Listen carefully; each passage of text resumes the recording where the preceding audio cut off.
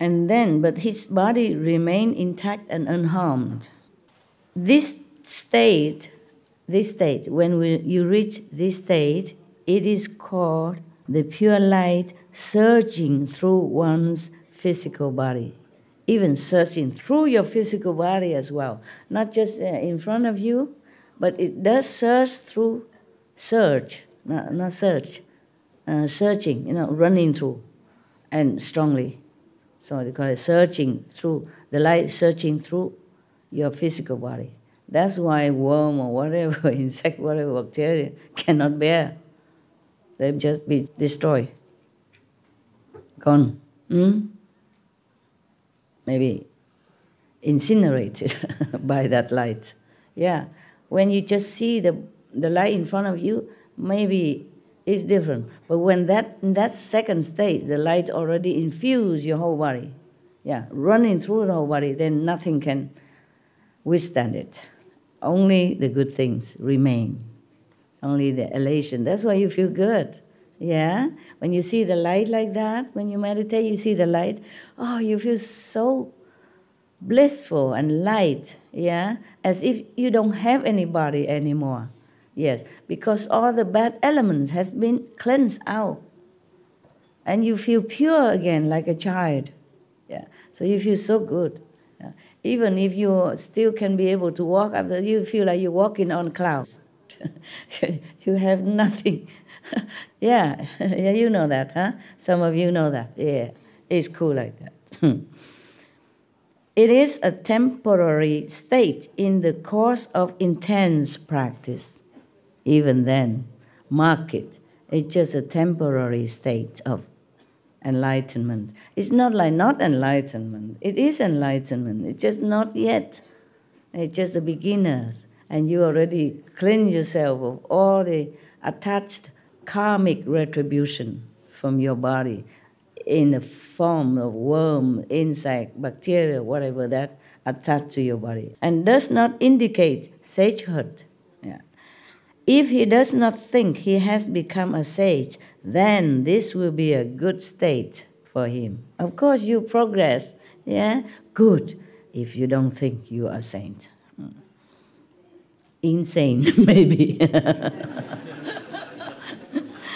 Yeah, because you will feel too happy. If people see you dancing happy, smiling all the time, all by yourself and singing Buddha's prayer, God's prayer, people will think, oh, this guy cuckoo. He talked to himself, he's happy, dancing all alone with no reason. Yeah? Maybe hugging other people and all that. Try not to, okay? This world they are not used to with this kind of ecstatic state of mind and like unconditional, love. It's just too carefree. You might even take off your clothes dancing alone, Possible. No, possible. It's nothing to laugh at. Because you couldn't care less, You just don't feel like you're taking off clothes or anything. It's just natural, okay? That you don't feel like being confined to anything anymore, yeah? It's just simple, just like that. You're like a kid. If you don't want to wear clothes, you just take it off. You think nothing. Only when we grow up that we become a little bit truly judgmental, yeah? And then wear this clothes, that clothes, and if you don't, then woe to you. The police will try to wear something on you. If you don't wear clothes, the police will wear something for you, right? Yeah, that's the problem with our world. But when a kid don't wear nothing, when a little kid don't wear, no police will come and put chain on him or her, right? Just when we grow up, what's the difference? When you're a kid, as a boy, maybe you're just smaller in everything size, but it's still, you don't wear clothes. So why is it when you grow bigger, you wear no clothes, and then you have problem? Huh? St. Francis, when he was still a monk, he's a monk. Sometimes he see people have no clothes outside, he just take off everything, give it to him, and then walk home like that. And all the monks go him, this is indecent, this is very bad boy, why you do this? He said, I didn't know it's a bad thing to do. It's just somebody has no clothes. Some poor people cold and have no clothes, so I give it to him. We monks supposed to give, no? So innocently, innocently. Yeah, because he was in such a state of mind that he don't think too much. That's why sometimes he lift himself up. His body went up to the top of the church. Yeah, it's not because he wanted. Just sometimes he in that state of mind, okay? Also, maybe he has attained some of this power that he can levitate without even wanting. I told you in some other time, Sunday, I could do all that. Just I had to exchange it to be here. I exchange everything. Sit in front of you, it's just a normal human, very helpless. Yeah, maybe I have some wisdom. Power, everything you see is only from inside. Cannot show it to the world, what I have. Jesus, I guess, if he did not cure the dead, if he did not bring the dead back to life and cure the blind and heal the sick, all that, so obviously, probably he would have lived longer. These kind of things are the heavier interference with karma. Okay? Physically, in the external world, you don't use this. Of course, the magician and all that, they do this, but they are different, okay? They will come back again, so nobody cares. The Maya don't run after them. But if a master who came down here already signed contract to relinquish everything and don't show his power in this world and do that, then he will have to pay. You have to pay. If you save one life, you have to pay with your life. It's like anyone else. Yeah, it's a very sad thing, but but everybody liked it that way at that time. Even his mother forced him to do the magic trick again, make water into wine. And Jesus did not want it. He even said, "Why, mother? Why did you force me to do this?" Mother wanted to show off. And maybe some people expect him to cure their sickness, yeah? Or some disciples just hoorah on because of my master, he can do all this. I show you. Bring the sick here. He'll do it. They just too enthusiastic, yeah? Just like beginner, you just want to tell the whole world your master is so great, can do this, can do that, but that's an inside thing. But if you lay hand on somebody and wake him up from the dead, that is a different thing. But if he considers himself a sage, then he will be vulnerable to the demon's influence. Okay, that's the second stage. Still be influenced by demons. Only if your ego trick you, your ego will tell you that, okay, you are already a Buddha and stuff like that, then you'll be in trouble. Just watch yourself. Don't watch anybody else. Don't even worry about somebody come kill you or anything. Watch your ego. That's the worst enemy we could have. If people kill you, maybe you die, okay, fine. Then you come back again. You still have this enlightening power. And then you will connect with another master somehow, yeah? Because your stage already high. The master is easy to find. You will understand that you must find a master. And when you find one, you understand right away. Even you have not reached the highest stage in last life, but you're already on the way. So if you meet another guy and you ask to go into Melli, he tell you, you know it. Oh yeah, that's a place I want to go. Okay, and then you follow him. But if your ego mislead you, make you think that you are a sage, a saint, higher level saint, then the demons can come and make use of that and harm you. And spiritually lost is worse than losing 1,000 lives bodily. Very difficult to find that again. Very difficult to find a master already. If you lose your spiritual power, it's even worse. Then you cannot find another master. Because you will be so blurred now. You will not understand that you have to find a master or anything anymore. You just completely mix into the 6 paths of existence. You never think of anything about spiritual or finding a master even. Yeah. You completely forget your purpose to be born as human. Yeah.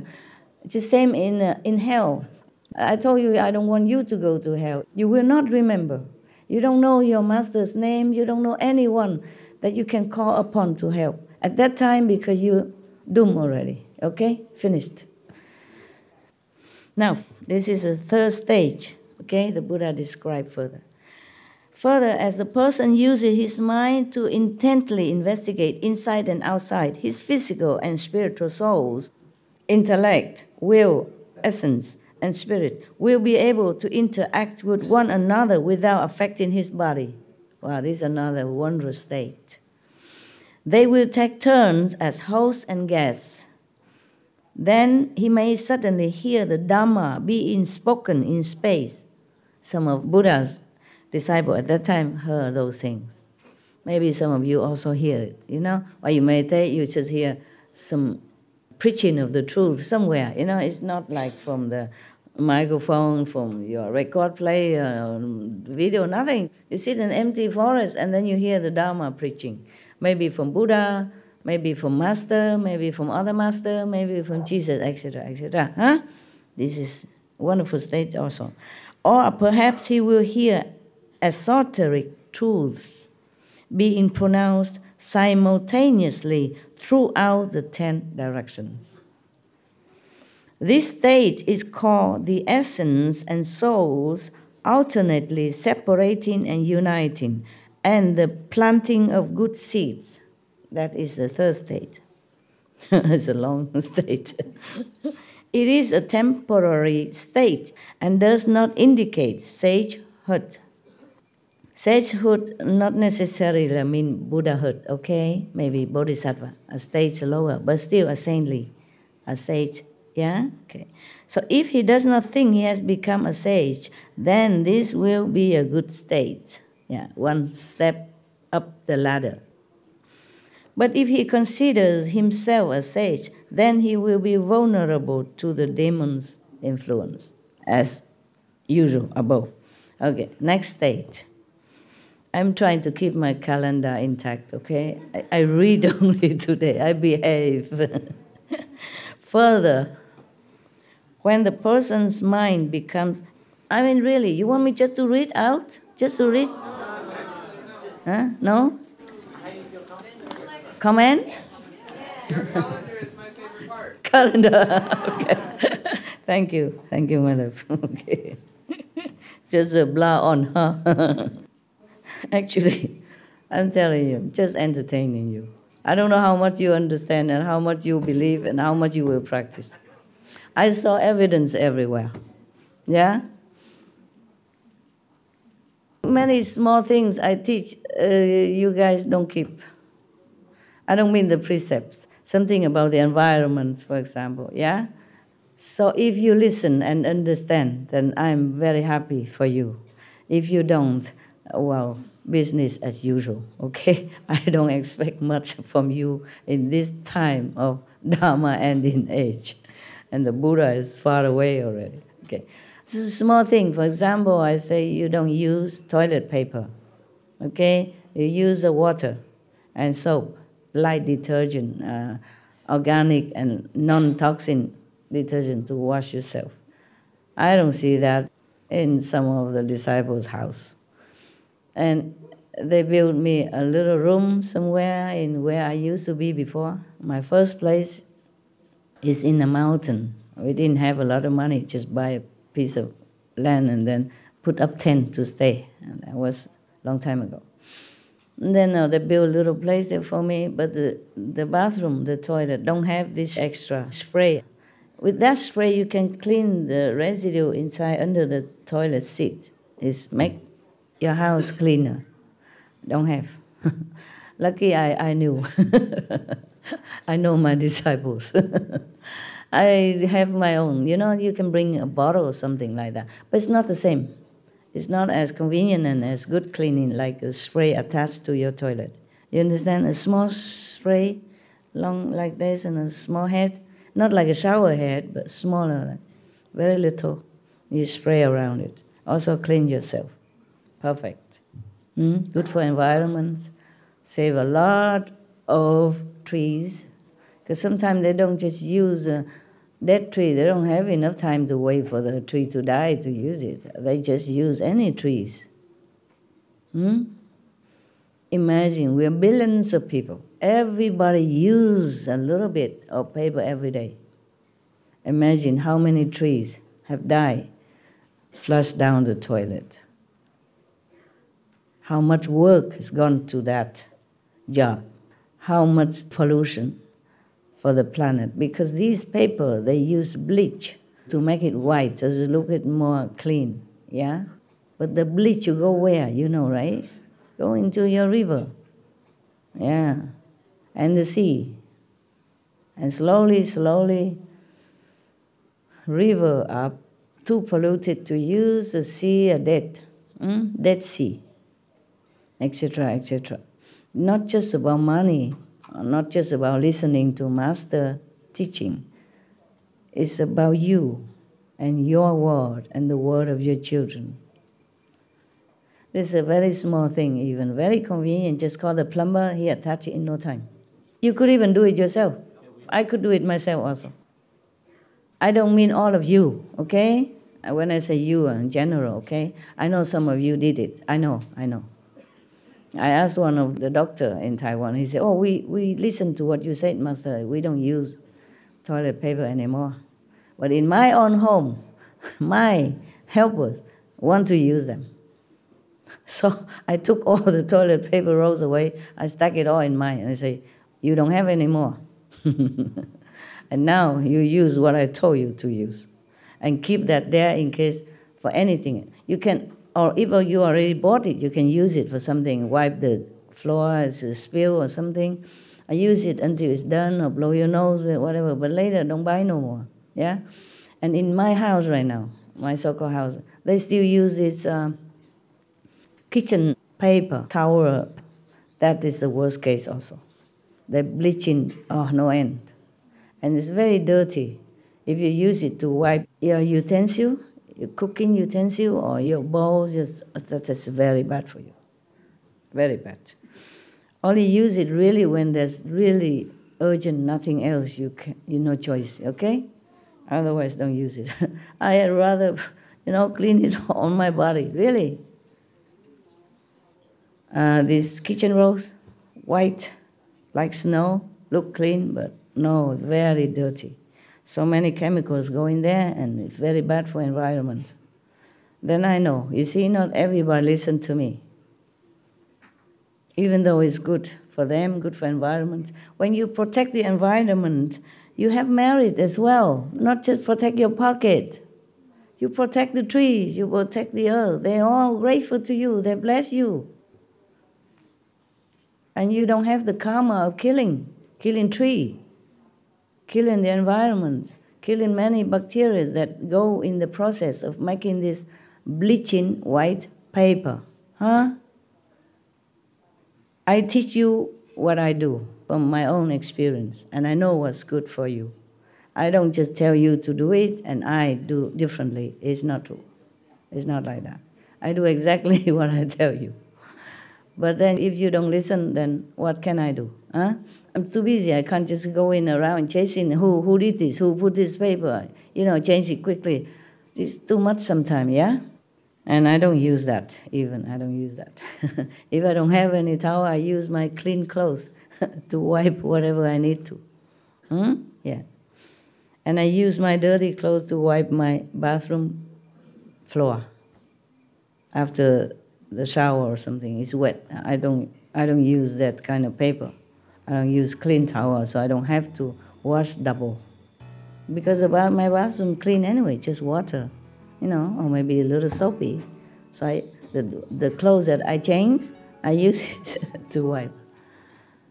I do everything with the consideration for the next generation as well, okay? Not just I'm comfortable and I don't see anything else. It's not like that. Also with the love for the environment.